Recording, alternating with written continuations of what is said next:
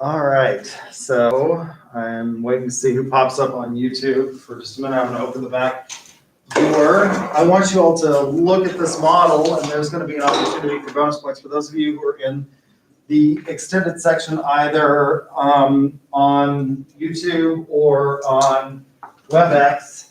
If you would text me your answers, so I can again be sure to get you the bonus points if you want to participate, that would be great. So there's opportunity. I have sanitized the ducks for my first class. So those are all sanitized. I'm going to give it just a second to see if anybody else pops up on YouTube. I'll start by sort of giving you a background. So what I'm going to do is I'm a little hesitant to do this. I'm going to move this over so that I can be at the screen when I do this, because I'm afraid that YouTube might start blocking me. So I'm going to try and monitor that screen as well. If that happens, what I'm going to tell you is that the excerpt that I am reading from is from a book called, so if you want to go back and look at this, if you're on YouTube and it happens to cut me off as I'm reading copywritten material, which is allowed, by the way, because this is an educational setting and this is called fair use, but I wouldn't suspect that the YouTube censors know that.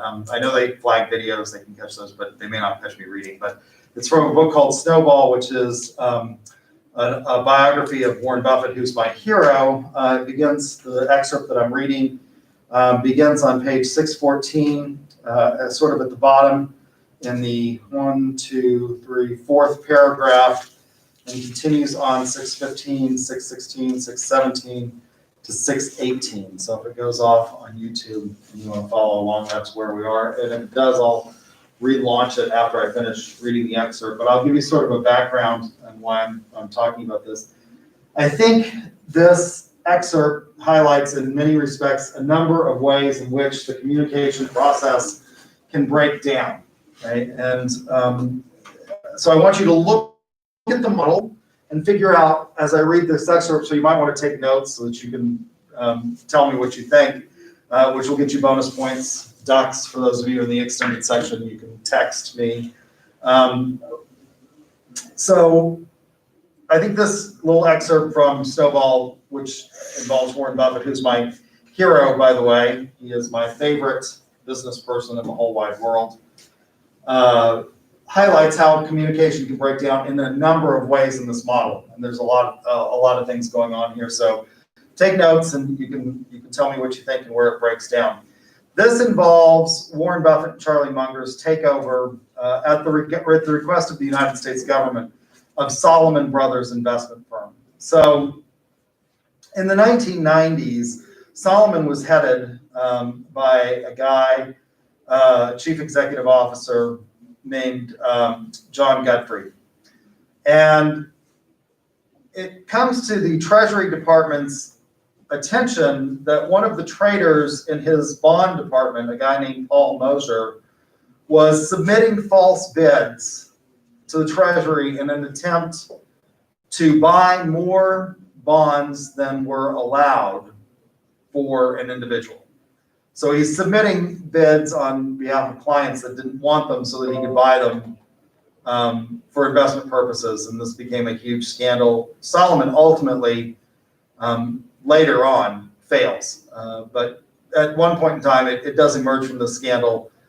The government asks Warren Buffett and Charlie Munger to take over Salomon, and they are absolutely horrified by what they find when they do take over Salomon. They go to New York, not a place that, this is really interesting because one of the largest traders in the nation, Warren Buffett, doesn't live in New York City. He lives in Omaha. And he lives in the same house that he bought with his first wife for $30,000, something like 80 years ago, 70 years ago. And he goes to New York and they take over, he and Charlie Munger. Charlie Munger actually lives in California most of the time. And Buffett, they have a private dining room at Salomon just for the executives, for the top executives. They have this private dining room, and the chef keeps trying to come up with ways of making interesting food for Mr. Buffett. And Warren Buffett's favorite food is hamburgers, French fries, and Coke.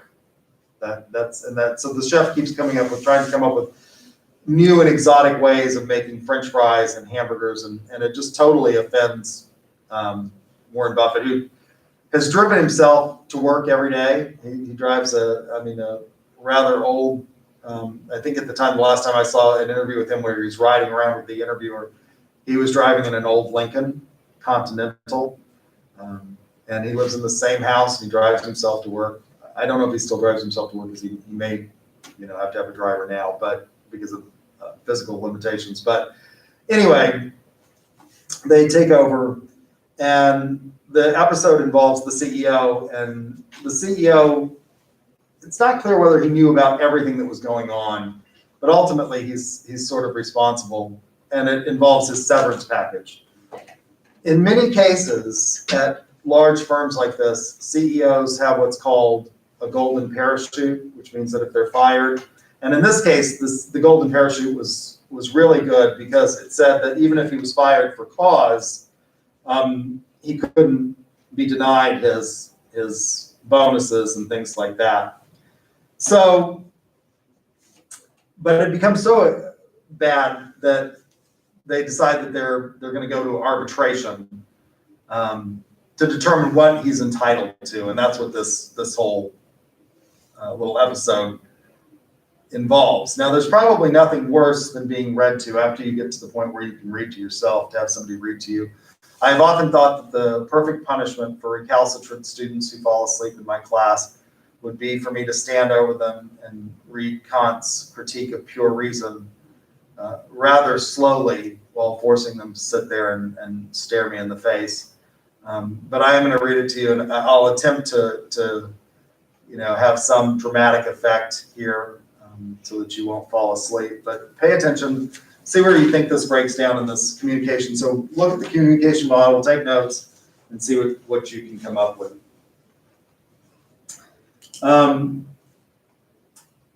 It was the young president of the New York Stock Exchange, Dick Grosso, who would choose 3 grain arbiters that would decide what would happen to John Gottfried. And this occurred in a dingy conference room at the New York Stock Exchange.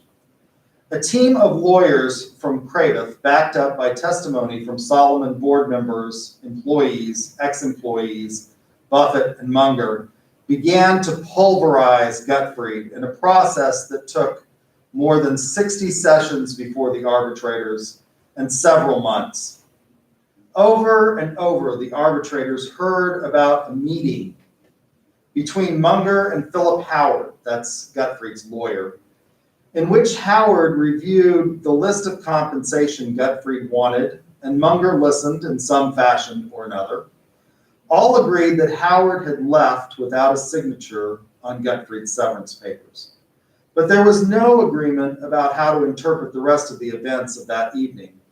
Howard was certain that Munger had made a deal with him. Gottfried's lawyers called Charlie Munger as a witness. Frank Barron of Cravath, Swain, and Moore had attempted to prepare Munger, who was utterly impatient with the entire process. Although Barron had prepared Munger by himself, Munger was a lawyer who disliked paying legal bills, and he extemporized to the arbitrators that in preparing him for his testimony, his attorneys at Cravath had employed an excessive number of expensive paralegals and aspirin carriers. When he began to testify, every word that came out of his mouth had absolutely nothing to do with what we had gone over during the preparation, said Barron. Putting Charlie Munger on the witness stand was the most nerve-wracking, hair-raising experience I have ever had as a lawyer. Was unmatched. A number of times, the lead arbitrator would grow irritated and admonished him, "Mr. Munger, would you please listen to the questions before you begin to answer them?" Munger insisted that on the night that he had met with Philip Howard, he was deliberately not listening, being polite, but I wasn't paying much attention. I sort of turned my mind off. I was just sitting there politely with my head turned off. Gottfried's lawyers asked him whether he had made a conscious decision not to talk as well as not to listen. "No," said Munger, "when the time came to talk, I talked. One of my faults, I'm fairly outspoken. I may well have discussed some individual things that got through my band of indifference. This is one of my most irritating conversational habits, and it's followed me throughout my entire life. So every time something would get through and I would see a counter argument, I would give it. Howard had asked for indemnification for Guthrie against lawsuits.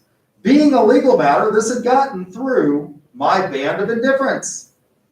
I think I said to him, "You don't even know what you're going to need. God knows there will be litigation. This will be a big damn mess.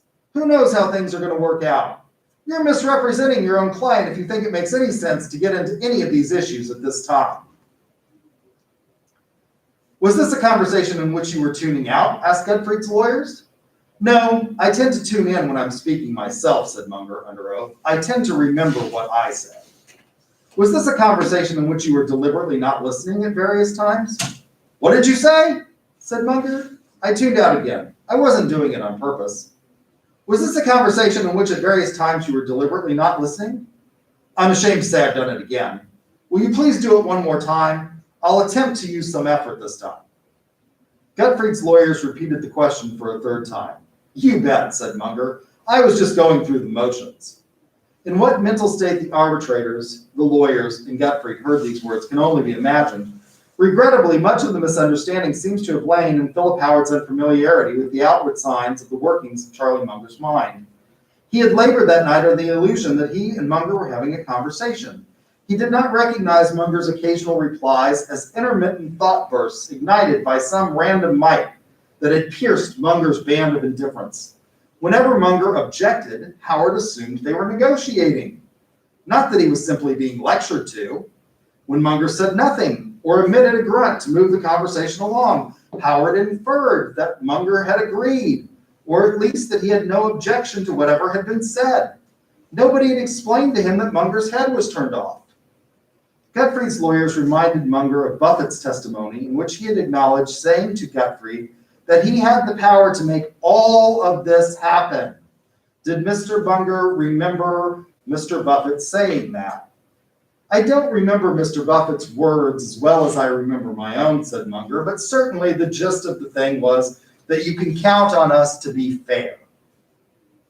The issue was what was meant by fair. Solomon never disputed that the money was Gottfried's and that he had already earned a good portion of it. The argument boiled down to whether Gottfried would have been terminated had all the facts been known. Thus, the case became an exercise in proving that Gottfried should have been terminated.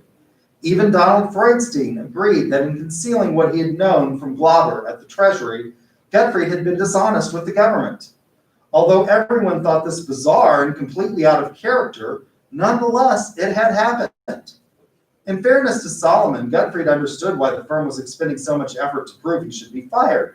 He knew that it was in everybody's interest to vilify him, but the lack of proportionality bothered him. At some point, it just should have ended, he thought. Nonetheless, everyone, including Buffett, felt that Gottfried was entitled to some money. Buffett had Sam Butler, a fellow Geico board member. So Geico is owned, by the way, by Berkshire Hathaway, right? So he had a fellow board member and a friend of Gottfried's call him twice and offer him $14 million. Butler whispered, "I can probably get you a little bit more." Turns out that Buffett would have gone as high as $18 million.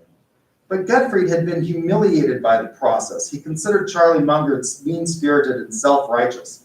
He turned down the offer indignantly. The arbitrators would decide. After months of testimony lasting until the spring of 1994, the arbitrators were showing their impatience at the endless, circular, and conflicting arguments, one side professing complete innocence and the other portraying Gottfried as an arch-fiend. Then, at the closing statement, Gottfried's lawyers showed up with a chart raising their demand to $56.3 million by adding interest, penalties, stock appreciation, and other items to the total. The lawyers and people involved at Solomon had set up a betting pool as the arbitration crawled at a slowly agonizing pace towards its conclusion. How much money would the arbitrators give Gottfried? The lowest bet was $12 million. The highest was $22 million. No one will ever know what factors the arbitrators weighed in their decision. When the decision was announced, they awarded Gottfried nothing, not one single dime. This episode was actually fictionalized in a movie called Bonfire of the Vanities, in which Melanie Griffith played John Getfried's wife, and they had started referring to her as Marie Antoinette in New York society circles, and so they were cast out, and she was horrified by that. Anyway, so what's going on here in terms of this communication process? Who wants to take a stab at it? Well, he definitely should have took the money in your computer. He definitely should have taken what? The money and ran. He should have taken the money and ran. Why do you say that? Because if you get 2 3, like Warren Buffett seems like he's trying to be as fair as possible. It's like, well, you probably don't deserve anything.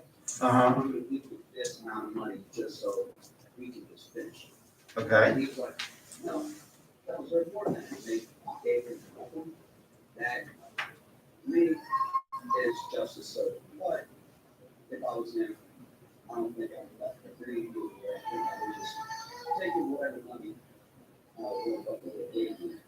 So, but I think one of the things, and this is something, so this is not a brag, it's just a fact. My brother is a tax attorney for Goldman Sachs. In order to be his client, I think one of the things that you may be focusing on, and this is something that goes with the field of experience that you have to have in order to, this part of the process is a field of experience. $14 million seems like a lot of money. In order to be my brother's client, you have to be worth at least $50 million.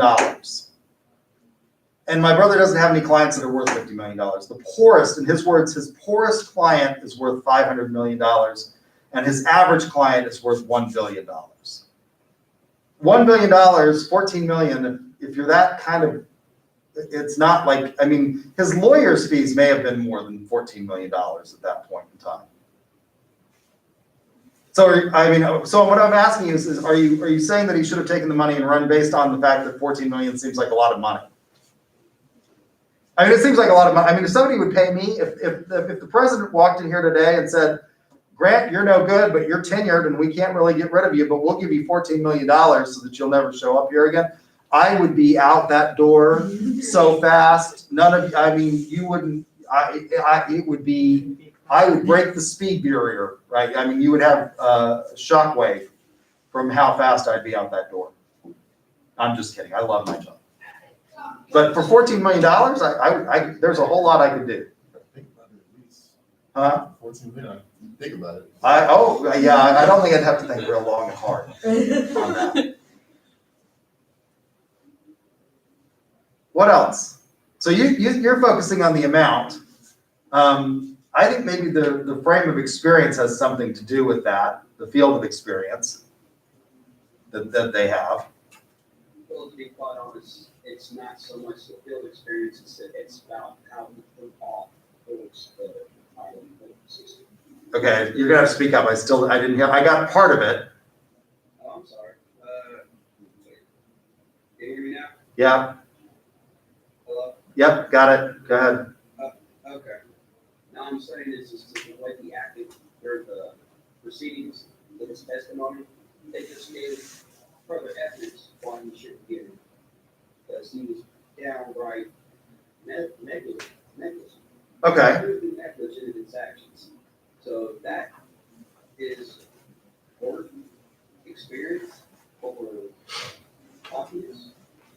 Okay. So you think that he's been negligent in his duties, in his fiduciary duties to the firm, and therefore, if you're negligent, you shouldn't get anything.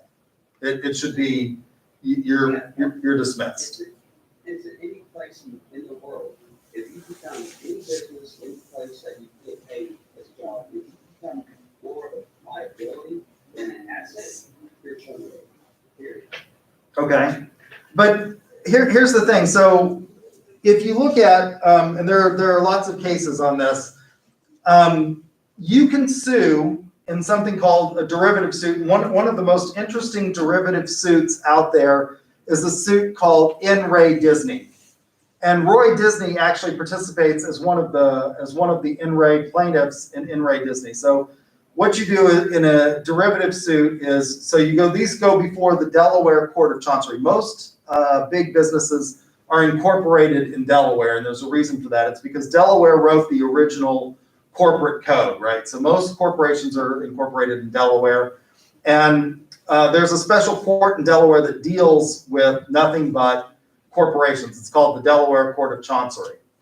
And you can bring derivative suits in this court on behalf of the corporation if you're a shareholder, alleging that corporate directors have violated their fiduciary duty, right? And Roy Disney does this when Michael Eisner, I believe, was president of Disney Corporation. They bring a lawsuit alleging that he'd breached his fiduciary duty. Michael Eisner basically hired a friend of his who had never run a publicly traded company to run the Disney theme parks. He had been a talent agent in Hollywood and a friend of Eisner's, and he shows up, and his severance package, this golden parachute package that they put together for him, was such that it was more lucrative for him to get fired. Because if he was fired for cause anything short of gross negligence, it was more profitable for him to be fired than it was for him to continue. And he totally screws up the Disney parks at one point in time. I mean, the morale is exceedingly low. All of this stuff happens. And Roy Disney and these others bring this case, and they go against Michael Eisner and charge that he's violated his fiduciary duty. A fiduciary duty exists for people like John Gutfried and Michael Eisner, and it says, what is the fiduciary duty? It means that you have a duty of loyalty, right, to the firm. You have a duty of honesty, and you have a duty of avoiding waste, and a duty of fair dealing, right? So the duty of loyalty means that you shouldn't engage in practices that lead to your having a conflict of interest with the firm. So if you have an opportunity, for example, to make money, because you know that, for example, let's say that Michael Eisner knows that Disney is going to open up a new theme park. They do this a lot in the Orlando area, and there's a whole lot of land adjacent to the Disney property that's for sale. And he goes out and he buys that land himself so that he, at a very low cost, so that he can then sell it back to the corporation. He's violated the duty of loyalty, right? The duty of fidelity, to use your best judgment, right? And then the duty to avoid waste are all included as part of this. Well, where they come into this in this suit in Roy Disney is they basically accuse Michael Eisner of laying waste. They say, look, you hired this guy, you made it more attractive for him to get fired. That's definitely an example of breaching your fiduciary duty and creating waste, right? And the court looks at this and says, well, yeah, it seems like that to an ordinary person, but business is inherently risky, and you have to take risks. And ordinary risks, so it may appear on the outside that this guy has an incentive to get fired, but what you're not looking at is that in order to get this guy hired, you had to sort of give him that position. You had to ensure that he would be in a better position than he would be in giving up. He gave up his talent agency, right? He sold off his talent agency. He can't do that while he's being CEO of Disney. So he's giving up something, and you have to ensure that if it doesn't work out, that he's going to be put in what we call the status quo ante. He's going to be put back in a position where he would be as well off as he had been if he had just stayed on in his talent, doing his talent agency.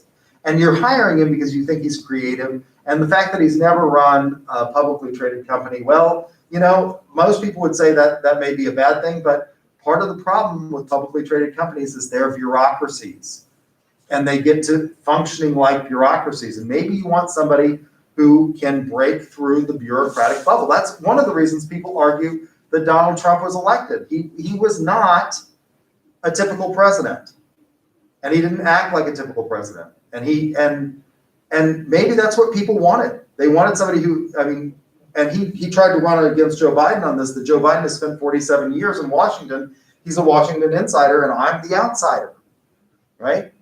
And maybe we're too hard on that, because we have a tendency to elect people, and I've seen this happen. I've run political campaigns for a goodly portion of my life.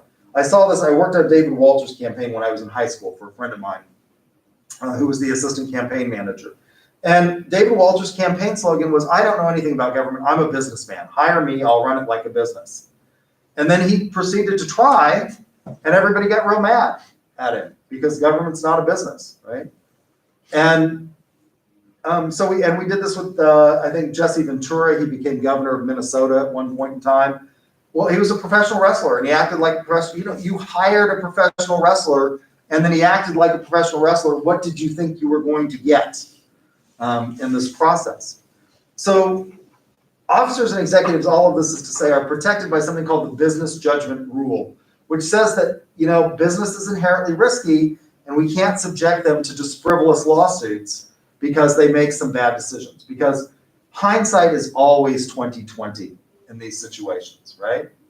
Now, I would say, you know, arguing against that, he didn't manage his trading department, and this was rampant in the trading department. They were lying to the government.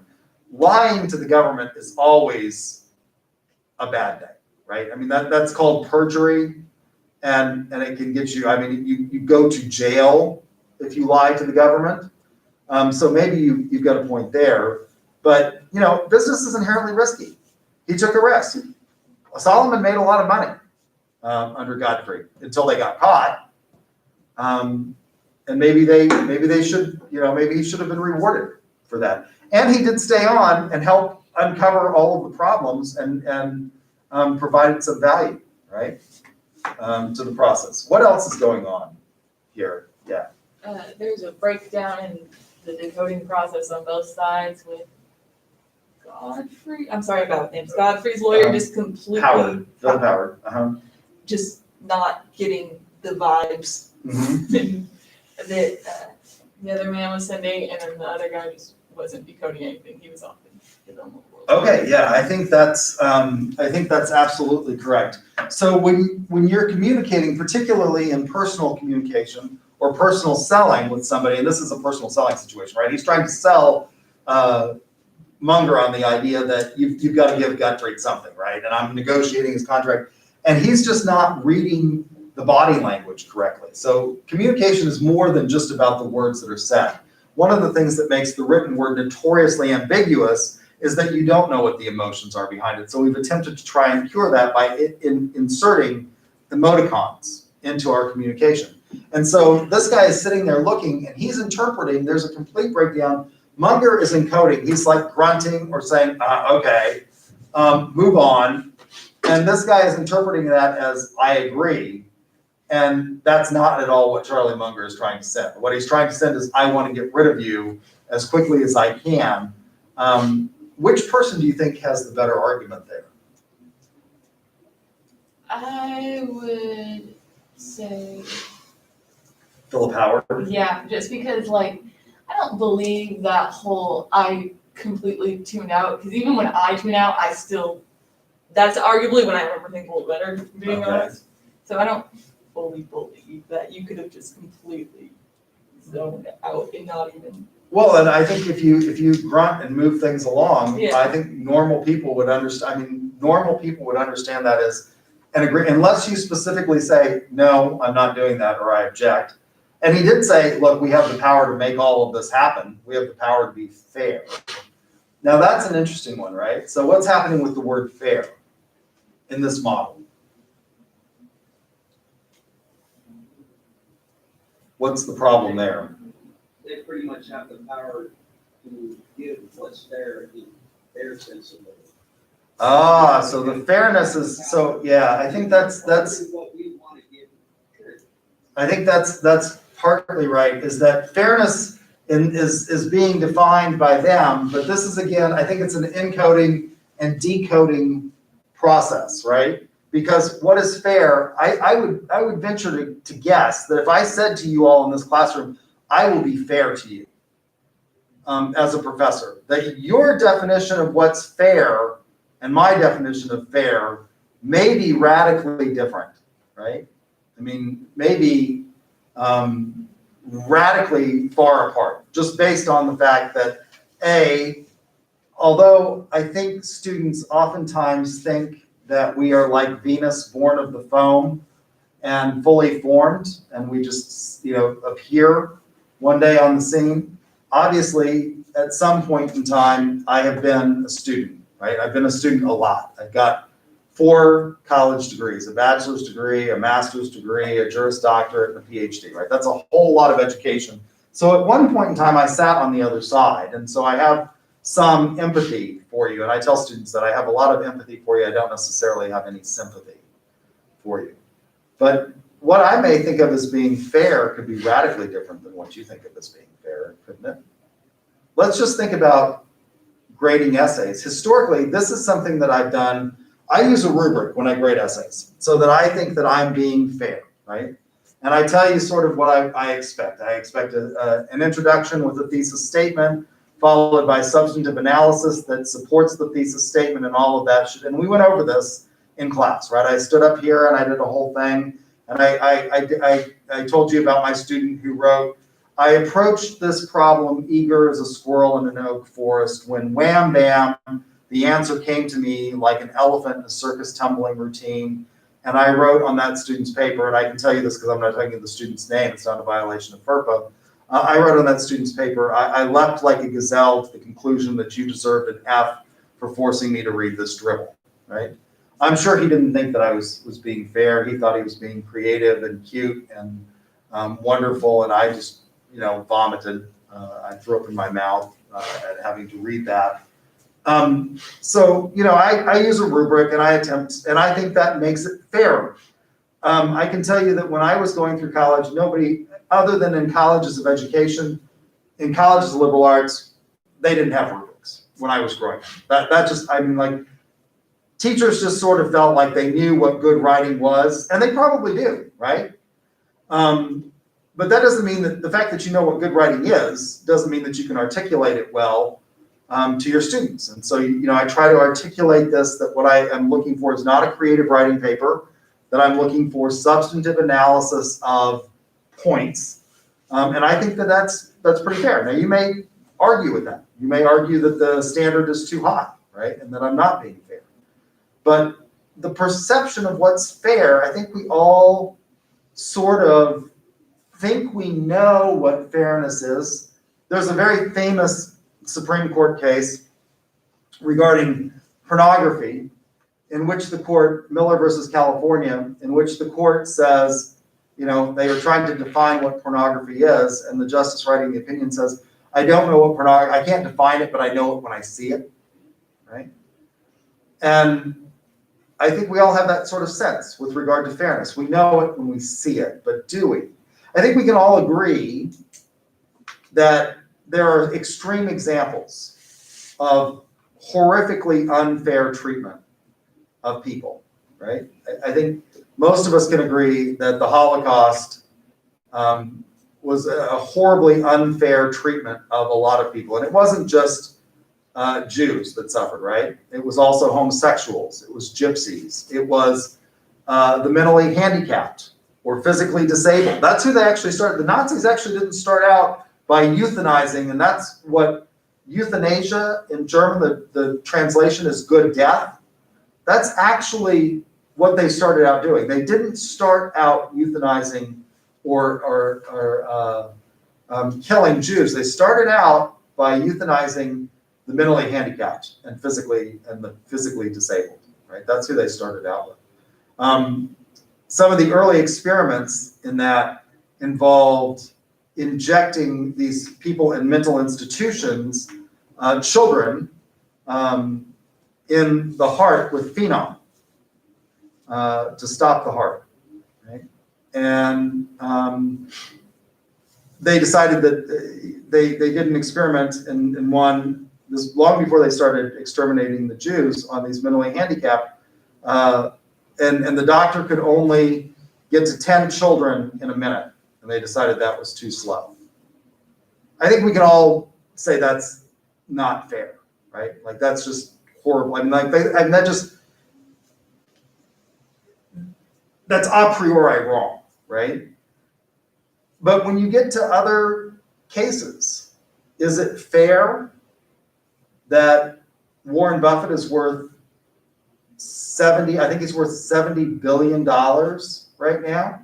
A Class A share of Berkshire stock is worth $340,000 today. Is that fair? that does anybody need that amount of wealth? People like Bernie Sanders would say that's not fair. We need to have massive redistribution of wealth. And I would suggest that probably most of you in a business class would object to Bernie Sanders' definition of fair and say, no, he made that.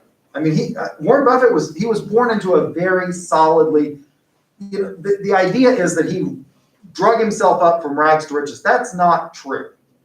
That mythology is not true. People have this idea, and he doesn't even try to claim that mythology. His father was a United States congressman.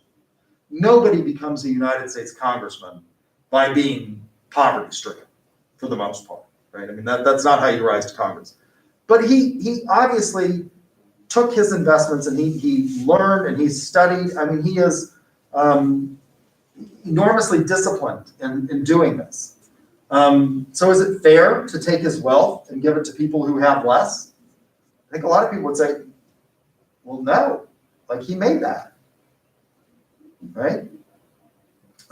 So when we start talking about fairness, it becomes an encoding and decoding. When I say I'm going to treat you fairly, or he also said,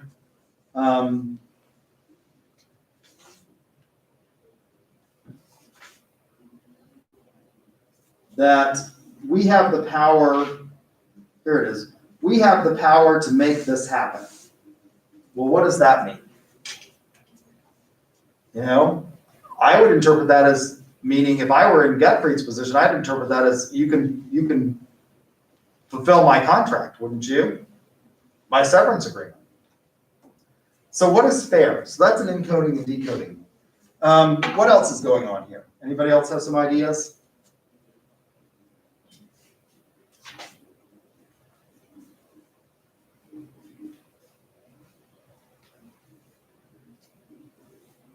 Munger insisted that on the night that he had met with Philip Howard, he was deliberately not listening, being polite, but I wasn't paying much attention. I sort of turned my mind off. I was just sitting there politely with my head turned off. What's that when you turn your head off in the model? Would be the noise. That's noise. Yeah, absolutely. That's noise. And this happens to you all, right? You're distracted. I'm talking. For those of you that are watching this on YouTube, you've got a computer screen in front of you. For those of you that are on WebEx, you've also got a computer screen. It's pretty easy. And I see students, not so much in this class because it's harder to do in a small class, but in my big section in the auditorium, you'll see students' heads go down and you know what's going on. This is noise, right? They're tuning me out and they're paying attention to the fact that they just got a text on their phone and they're seeing where their friends are, or they're getting an update on Twitter or Instagram or Snapchat or whatever it is that you're doing these days. And that's distraction, right? That's noise, and you're not paying attention to what's going on in class. By the way, these devices, and I've started having this, even when I don't have my phone on me, I start feeling like there's something vibrating. Have any of you experienced this phantom vibrations on your leg or wherever it is you put your phone, that you have this? So yeah, the biggest part of this is that there's a whole lot of noise here. Philip Howard is not aware that Charlie Munger's just got other things going on in his brain, and he's not paying a bit of attention. So I think that shows, and this is a good example of when you're thinking about, particularly with regard to noise, advertising and promotion and personal selling, how do you break through that? How do you do that? What do you have to do to really engage the mind of the consumer and keep them focused on you? The way I do it in the classroom is I ask questions and I ask you to participate, or I change my tone and inflection. I walk around, I throw my arms up in the air. I do something to get your attention back on me. But how do we deal with this? So I think it's an important part of the thing and the process to think about. So encoding and decoding. The encoding, the sender transforms ideas into a set of symbols. And we, again, thinking about this with regard to this passage here, fair. It's a very simple word, made up of a very short number of letters, F-A-I-R. We all think we know what that means. We all can read that word, but the way we think of this and the ideas that we translate this into can be radically different. So the decoding, the receiver takes these sets of symbols and they transform it back into ideas that are influenced by attitudes, values, and beliefs. And for communication to succeed, both sender and receiver have to have a mutually shared field of experience. And this is where it really breaks down. We all can read the word, we can say the word, and we can come up with the idea, but when we start translating this into a set of pictures in our mind of what fairness is, we may get different things, right? If I say fairness, what kinds of pictures come to your mind? Well, I'll tell you one of the things that I think of because I'm a lawyer, right? I think of Lady Justice when I think of the word fair. The symbol that comes to my mind is Lady Justice. And what is Lady Justice, for those of you who have seen her, and almost everybody in here should have some idea of this, what is Justice always depicted as? It's the goddess Thebius, by the way. What is she always depicted as? Yeah. She's blindfolded, right? And why is she blindfolded? Justice is blind. Right, Justice is blind. What does that mean, that Justice is blind? It means that I shouldn't pay attention to arbitrary and capricious things like the color of your skin, the amount of gold in your pocket, the suit that you're wearing, right? I should pay attention to the facts, right? So Justice is blind. She's not influenced by arbitrary and capricious factors. What else does Justice have? In one hand, she holds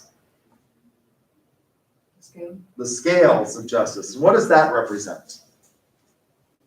What does scales represent? It's actually the type of scales that she holds are called an analytical balance, right? So a scale, like they use at the pharmacy, will just tell you how much something has. But an analytical balance, and that will tell you the same thing, you put grams on it or weights on it.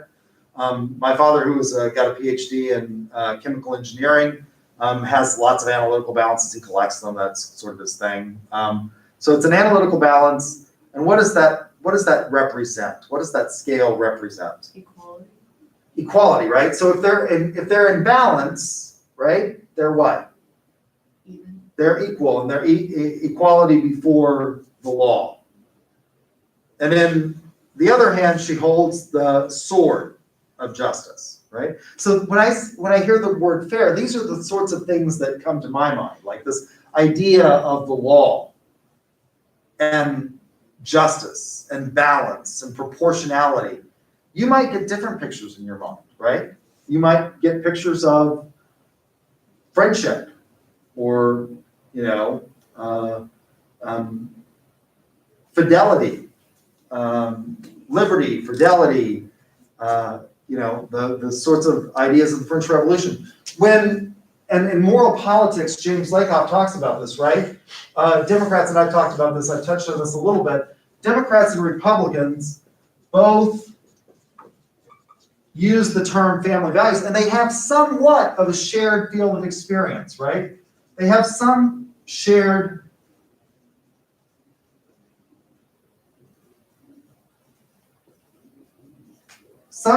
field of experience in that if you ask them what they mean by family, they're going to start out probably with somewhat similar things. What do they mean by family? Well, everybody means mother, father, sister, brother, right?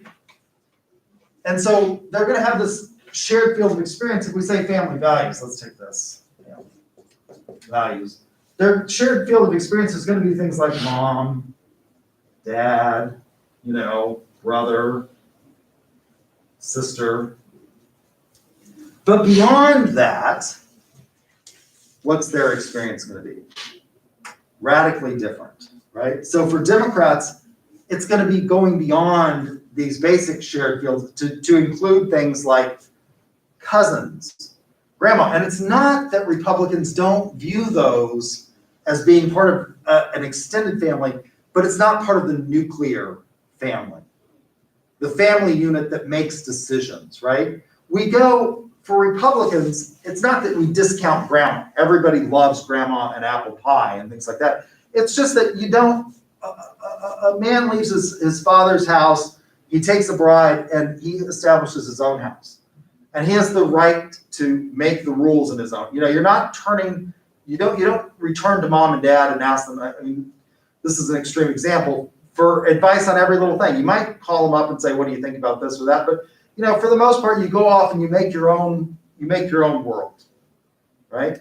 Whereas for Democrats, it could be relying on cousins and aunts and uncles and you know, the lady down the hall, if you live in an apartment. It's this idea of it takes a village, right? So for the Republicans, it's these people, but it's a very strong model of this nuclear family. That, you know, this is your family and you live within this, and yes, we have these contacts with other people, but by God, these are the rules.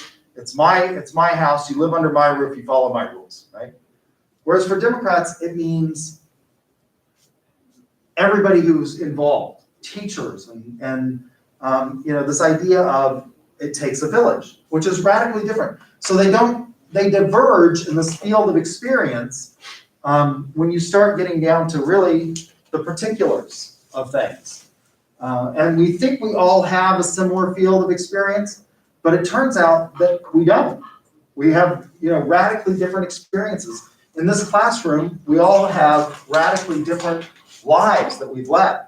And that can bring a richness and uniqueness, but it can also lead to a problem in this communication. And then even if you have that field of experience, then you have these extraneous factors that work against effective communication. So even if we have a very similar field of experience, so for example, who probably has the closest field of experience to you and maybe relates to you the best in your life? Well, that might be, as you're growing up, your brother or your sister, right? You both have the same parents, maybe, although maybe not. But historically speaking, you have the same parents, you grow up in the same household, and maybe they're going to be the ones that have the closest set of experience. But let's think about this. I have friends when I was growing up in Guthrie that had a brother and a sister that were both, the sister, the younger of the two, of the older pair, was 16 years older. So her parents had like 2 kids, and then 16 years later had 2 more kids, got pregnant and had 2 more kids. And the older kids constantly insisted that the younger kids didn't grow up in the same household. That, you know, that their parents, you know, were very strict and and the younger kids were just, you know, by the time that they came around, their parents were late middle-aged, right? I mean, they were, you know, approaching mid-40s. And they insisted that they had radically different experiences. My brother and I are 6 years apart, and I insist that he has a radically different experience than what I had, even though we had the same parents. Right? So maybe your brother and sister, but you've still got all of these things. And then when you factor in there that you're distracted, you're, you know, driving down the road, you're listening to the radio, how effective is it to hope that people have a clear understanding of what you want? We put a lot of advertisements, for example, on the radio when people are driving. How much is getting through? Turns out that there are advantages sometimes to them being distracted. They're more receptive, for example, to negative messages on the radio and political advertising than they are on television. They are more resistant. People pay more attention to television, and they're more likely to experience cognitive dissonance with those kinds of messages on television. It turns out that negative advertising can work better on radio, for example, because there are these extraneous factors that mean that you're not as receptive to challenging the idea. So the promotional elements that we'll use are advertising, personal selling, public relations, sales promotion, and direct marketing. Right? Those are the things that we will use to develop an integrated marketing communication program.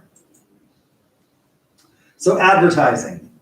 Advertising is paid non-personal communication. Now, I'm going to challenge this somewhat. It is always going to be paid, but in the contemporary era, as we have started to use artificial intelligence, and even not necessarily artificial intelligence, but value co-creation, I'm not sure how non-personal it would be. However, I think most scholars would argue that it's still non-personal, because once you switch from clicking on that icon, so you've got this initial ad, and it's not clear at what point, but you switch and you click on the icon, and then all of a sudden you're chatting with an agent, they would say that that's no longer advertising, right? Or if you're chatting with an artificial intelligence thing, maybe that's direct selling, right? So this happened to me this last fall.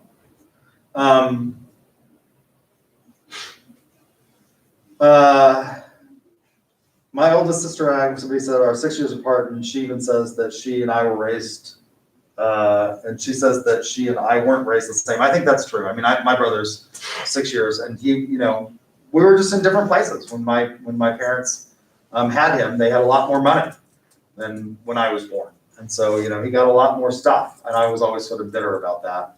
I think everybody thinks that their sibling is the favorite, right? I mean, I think you have a tendency to think that mom and dad favor one or the other, and you can perceive slights that lead to your promotion of your cause. Back to advertising, paid non-personal communication. So UCO this year is switching healthcare insurance providers, right? And they've sent out these messages to all employees that we needed to sign up for our new healthcare. Every year we have to sign up for new healthcare, and a lot of times they switch. And one of the things that they wanted us to do this year is they gave you an incentive to participate in an artificial intelligence exchange with the new company. The company's put up this program that will sort of help you select the benefits that you think that you need based on a number of factors in your life. So for example, have you had surgeries in the past? How expensive were those surgeries? How old are you? All of these things will contribute to whether or not you're going to use more or less. And if you're young, if you're in your 20s and you haven't had any surgeries and you don't have any pre-existing conditions and things like that, you may want to select a plan that provides less benefits and costs less. Particularly, the cost to the employees is not that much because the UCO covers a lot of it. But if you have a family and you add them to your plan, it increases the amount that you pay. So for example, a family, if somebody has a family and they add them to their employee plan, they may be paying $700 or $800 a month in insurance to add their spouse and their children to that plan. That's a significant amount of money, right? I mean, for most people, $700 or $800 a month is what? It's at least a car payment for a lot of people, right? And that's probably the average car payment. It's not the average housing payment by now, but it's still, that's a big chunk of change. So you might want to consider a plan that costs less, maybe half that, but doesn't provide quite as much coverage. In other words, there's a higher deductible that you're going to have to meet. So it goes through all of this stuff. At that point, is it not really advertising? I think some scholars would argue that no, at that point when you're engaging in this value co-creation, it's become more of direct selling and not advertising. It may have started out as an advertising, they send out a little email or something like that that's blasted to everybody that uses Medium, or a company may send out an ad, put out an ad on Facebook, and then when you start clicking through that ad, and as you begin to engage and create value co-creation, it may become something other than advertising. So the space must be purchased by the person or organization that is doing it. What does this mean and why is it important? Well, the fact that you're paying for it means that you have control of the message. In certain things like public relations with regard to your integrated marketing communication, you can lose control of your message. This is happening, take an example with the candidates and Donald Trump. What has happened? So the news coverage will cover, because Donald Trump is president of the United States, they're going to cover him. If he says I'm having a press conference in the Rose Garden, they're going to cover him. But what have they started doing when he starts talking? They did this and I was flabbergasted. I was watching Fox News the other day. So that's public relations. They're going out and they're standing up there and they're engaging and they're trying to persuade people through public relations. That's free, right? It's not advertising at that point. The news media is covering them. Kayleigh McEnany went into the press room at the White House the other day, and she started talking, and it was about the election. And I was watching Fox News, Neil Cavuto, and I was completely shocked because all of a sudden he said, she's lying. We can't in good conscience continue to allow you to watch this. We're going to cut her off. And they just cut her off. Fox News cut her off right there. Said she was lying and switched and said, when she stops lying, we'll continue the coverage, right? That's why the paid, you can't do that with commercials, right? You have control of the message. If they accept the commercial, you get to put whatever it is that you want on that message. You get control. Now the advertiser can refuse to run the message, but if they run it, you have control of the message. Although again, this may be slipping in because Twitter is starting to put warnings on certain things. And so you might start losing control, or Facebook. But it allows for control of the message. Uses mass media, TV, radio, magazine, newspaper, internet, things like that.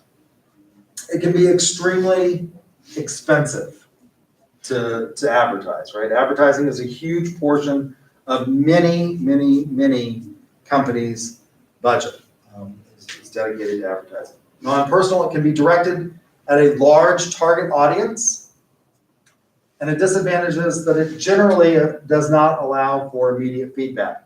Now, in the age of the internet, this is becoming less obvious, because if you put an ad out and people start clicking through on the ad on the internet, you are getting immediate feedback. You put the ad up, and 20 minutes later you have 1,000 click-throughs. You're getting some feedback instantly. But with regard to billboard advertising or television, although this may become less and less relevant even going forward. So for example, with geo tracking, and everybody's got their phones on them all the time, we put up billboards, and all of a sudden we can follow how many people have gone past that billboard. And we don't currently do this, but we have the capability of doing this. How many people have gone past the billboard and are exiting? They put a billboard up for McDonald's on I-35 approaching Guthrie, and how many people are getting off and exiting and going to the McDonald's, right? And we have the ability to maybe start tracking this in real time at a greater and greater level, which is in some respects kind of creepy, right, to think about.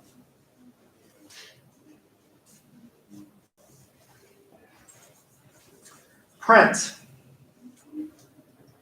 Your text tells you that it's been around for more than 2 centuries. It's been around longer than that, but at least 2 centuries. We've had magazines, newspapers, things like that. You can really go back to the printing press, although the early printing presses were used primarily to promote what? And to produce textbooks, or books, not textbooks, but books, but the Bible primarily. But it's been around for at least 2 centuries, and I think more than that. The advantage is it allows for a lot of detailed information. If you pick up a magazine or a newspaper, and if you look at old newspapers and magazines, they look radically different than the magazines today. Today, there's a lot of slick, glossy photos. They use very little words in them. They convey a lot of information with the detail of the photograph and the setting and things like that. But in the past, they used to provide a lot of information in newspaper ads about things. There was a lot of words. And to this day, if you think about pharmaceutical sales, so we're one of only 2 nations that allows for direct consumer advertising of pharmaceuticals. If you look at those ads, they've got a big picture, but they do have a lot of detailed information down at the bottom of the ad that they're required to put all of the major side effects of the drug down there at the bottom. So you can give a lot of information. You can specialize and highly target. So for almost every business that you can think of out there, there is a specialty publication. So my family's in the bed and breakfast industry. There are bed and breakfast guides, for example, in the bed and breakfast. And there is a National Bed and Breakfast Association that puts out a magazine. My father owns a cattle ranch. There are lots of publications for cattle producers, right? I mean, there are state publications in New Mexico and Oklahoma. The Oklahoma Cattle Producers Association produces one, the National Cattle Producers Association. There's even specialties within the cattle industry, depending on the breed of cattle. that you specialize in. So if you've got Black Angus, for example, there are publications for that. Any hobby that you can think of that you're interested in, there are lots and lots of magazines for most hobbies. How many of you have seen a movie, or not a movie, a limited series on Netflix called The Queen's Gambit? Anybody seen that? If you're looking for something over the holidays and you're looking for a really great show, I would highly recommend watching it. It is really, in terms of character development and compelling story, it is one of the best. Even if you don't play, I liked it because I played chess in high school. But even if you don't like chess, I mean, just the characters and the story of this orphan who goes to being a chess prodigy it's enormously compelling. I mean, they do a fantastic job in it. But the way she finds out about chess tournaments initially, she's this little orphan who gets adopted very late in life. She's sort of fortunate, and she's a chess prodigy. And she learns about chess tournaments through a magazine that she steals from a drugstore. And she convinces the janitor at her former orphanage to give her the entry fee so that she can enter into the competition, and she wins. And she makes like $100, which back in the 1950s was an enormous amount of money. There's a magazine, right? That's how she learned about it. So there's a lot of specialty publications out there, so you can highly target. I mean, you're not going to advertise, obviously, NASCAR in the chess publication. That's not going to be a big draw for them. So you can target in these specialty publications to a greater degree than in some other things, like television, where you're going to get, depending if you're using network, you're going to get a lot of over coverage that you may not want. It has a long life. Magazines hang around for a long time. And historically, this was really important because we don't do this anymore. But again, when I was a kid growing up, we used to go to the doctor's office and they would have all these magazines out. And they would be old magazines, but you'd flip through them because you're bored, you have nothing else to do. We didn't have this device at that point in time.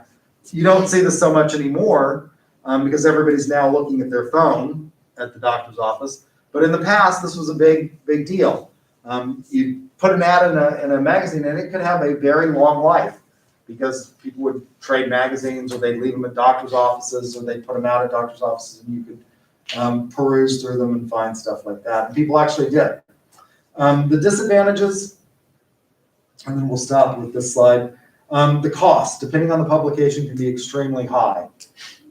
Depending on how much, if you want full color, glossy, all of that can be really expensive. The lead time, generally it's not something that you can put a spot up, unlike the internet where you can get on Craigslist. If you decide you're moving, if you get a job offer in Omaha and you have to move today and you've got to sell all of your stuff, because you don't want to take it with you, you can put an ad up on Craigslist. Is Craigslist still around? It is, isn't it?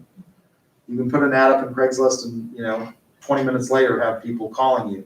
That's not true with newspaper and print that require setting. So the lead time, and then it oftentimes has a limited reach. I will stop there for today because that's where I stopped in the other class. We're a little bit ahead of them, I guess, because it took me all the entire time. Do you have questions? Anybody got questions? All right. If you talked, send me a text message so that I will get it. I know I have one on here. So if you talked over WebEx, let me know. Send me a message so I can give you your bonus points. You got ducks. A couple of people got ducks, so I will do that right now. One on the screen. And I will see you all on Thursday.